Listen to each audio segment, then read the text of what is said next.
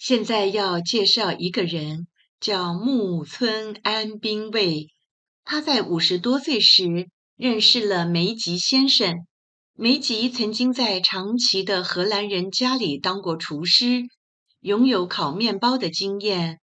对那个时代的日本人来说，做南蛮糕点就是把小麦粉固定成型，再加以蒸烤而已。木村安兵卫把原来的工作辞掉，专心学习做面包。1869年，他在东京开了一家杂货店文英堂，里面也卖面包。可是不久之后遇到火灾，文英堂被烧毁。所以木村安兵卫就在今天的银座开了另一家店，叫木村屋。他运气真不好，在明治5年，也就是1872年时，又在银座大火中被烧毁。因为传统的房子是木造屋，一旦失火，常会烧成一片。日本政府就请爱尔兰人汤马士·瓦特斯重新设计银座。瓦特斯是土木工程师，也是建筑师。他在银座使用可耐火的红砖头街道，路也变宽了。由于重设计的银座非常漂亮，因此银座成了高级地段，也成为日本现代化的象征。木村安兵卫借了钱，在银座最好的地段重建店面。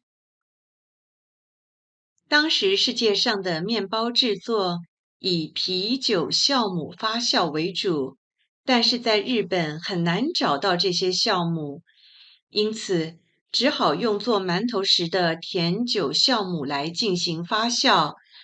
发酵的状况完全凭经验与感觉，也就是说，要不断的练习，累积经验。当时木村安兵卫的儿子樱三郎才18岁，到横滨一带调查外国人居留地的面包，以提高本身的味觉鉴赏力。木村安兵卫的企图不是要重现梅吉在长崎为荷兰人做的面包，而是要创造一种新的面包，让日本人都能接受。木村安兵卫注意到，日本人以稻米为主食，但是中国的馒头传进来，日本人很爱吃啊，那为什么不能接受面包呢？然而，面包的酵母味道很重，日本人不喜欢吃。于是，木村安兵卫就在想，我可以用做馒头的酵母来试试看。如果在里面多加一点糖和蛋，甚至包馅进去，可能不错哦。在木村安兵卫的脑海中产生了许多新想法。这些想法说来简单，但要如何找到最好的配方组合呢？比方说，找不到品质好的酒种，只好用次等的。可是用次等的酵母发酵，面团发不好。为了压制酵母的味道，多加了些糖，又让面团没法发酵，面团松松垮垮，烤出来的形状乱七八糟。就像这样，木村安兵卫和儿子研发了6年，仍不放弃。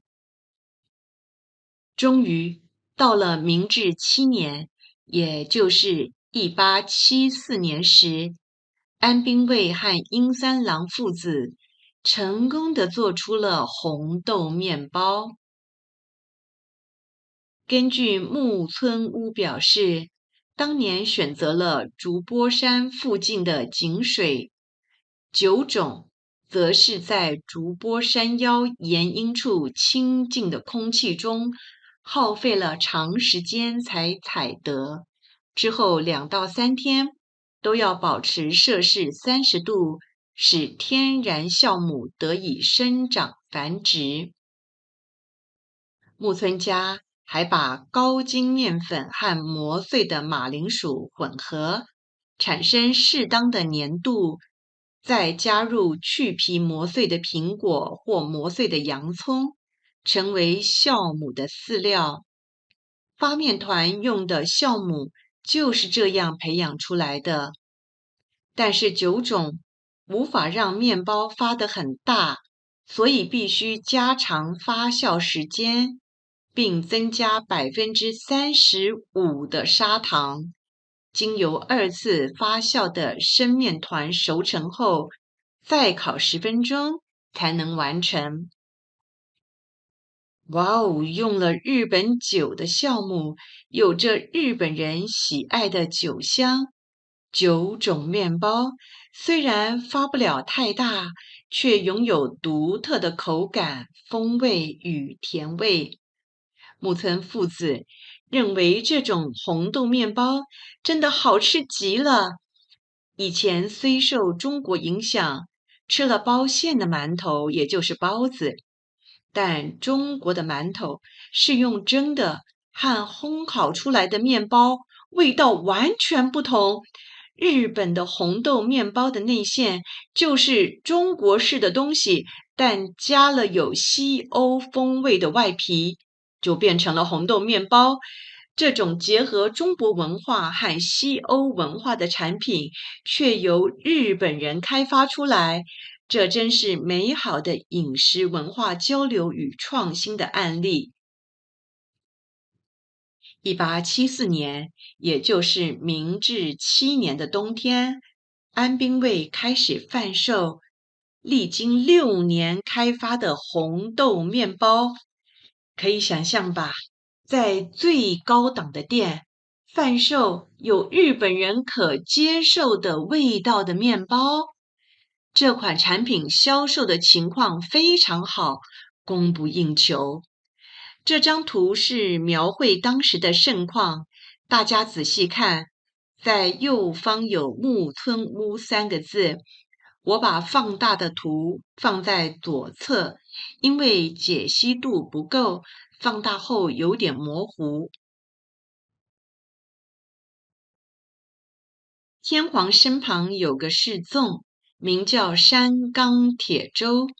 山冈铁周是木村安兵卫的朋友，2个人以前一起练剑道。铁周吃了红豆面包，赞不绝口。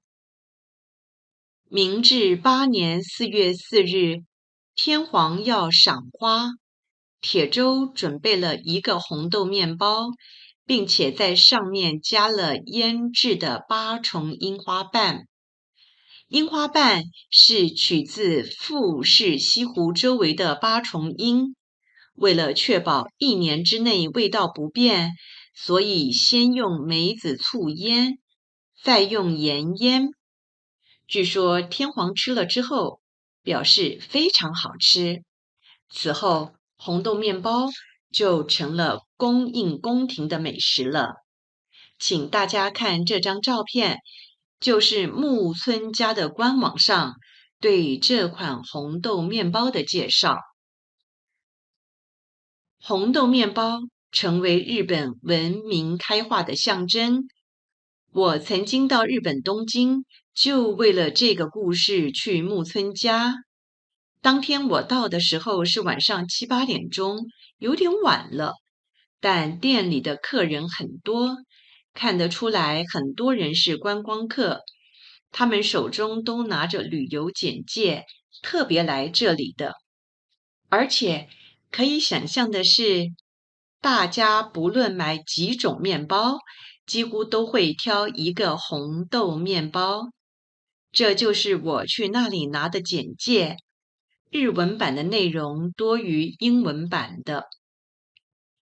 这是日文简介的背面，请看右方，我用橘色箭头所指之处，就是木村安兵卫的照片，而下面用绿色箭头所指之处，是我前面介绍过的，记录当时排队抢购盛况的图。当然，我也不能免俗，到了木村家，也买了一个红豆面包来吃吃看。如果要问我会不会推荐，反正和台湾的面包售价差不多，不妨买一个吃吃看。但对于我而言，下次不会再买了。咦，难道是不好吃吗？其实并不是不好吃，而是因为台湾受了日本的影响，我们的面包以这种形式为主，所以经常吃得到。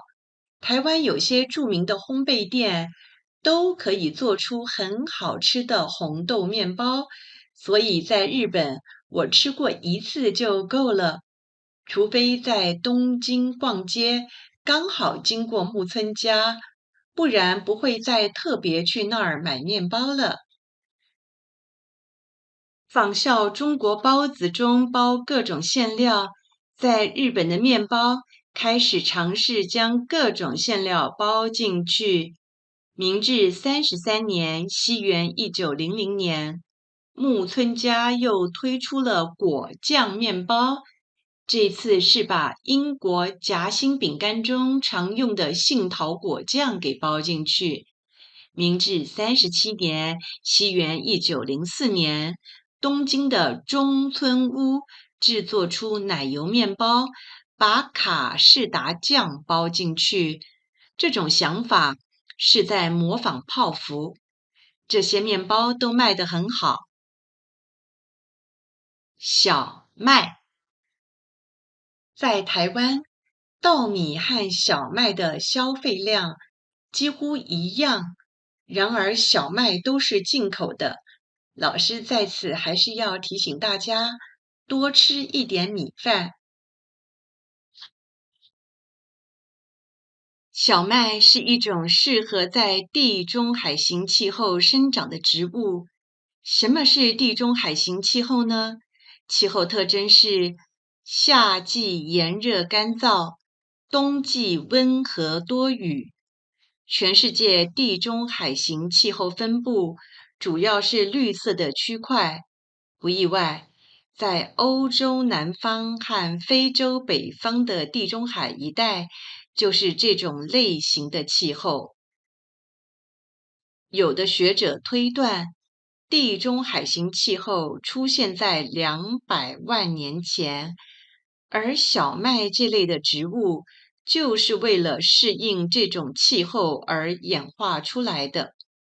在冬天会下雨的地中海型气候地区，小麦于秋天播种，然后在第2年的夏天以前收获。因为跨越2年，因此被称为是2年生植物。像我们吃的萝卜和油菜也是2年生植物。植物的成长主要分2个阶段。我以大豆的生长图为例来说明。第1个阶段叫营养生长，在这个阶段，根、茎、叶成长。第2个阶段叫生殖成长，这时植物已经具有繁殖能力了，因此可以开花结果，并且产生种子。小麦的成长过程在降雨较多的冬天进行营养生长，在干燥的夏天来临时完成生殖成长。大部分野生品种的小麦都属于秋天播种的品种。秋天播种的小麦要在一定的低温条件下才会开花。现在很多品种的小麦种在高纬度的加拿大、俄罗斯，这些地方冬天太冷，小麦会被冻死。因此，他们种的是春天播种型的品种。可以想象得出来，春播型小麦是由秋播型中突变而来的。因为有此突变，让全世界许多地方也可以种小麦了。人类也会把生长条件类似的裸麦和燕麦等禾本科谷类一起栽种。在生物的分类学上，我们吃的各种谷类，除了荞麦和藜麦之外，都属于禾本科。由这个图可看出，各种麦子属于早熟和亚科，而稻子则属于稻亚科。在英文中，禾本植物就称为 grass，也就是草。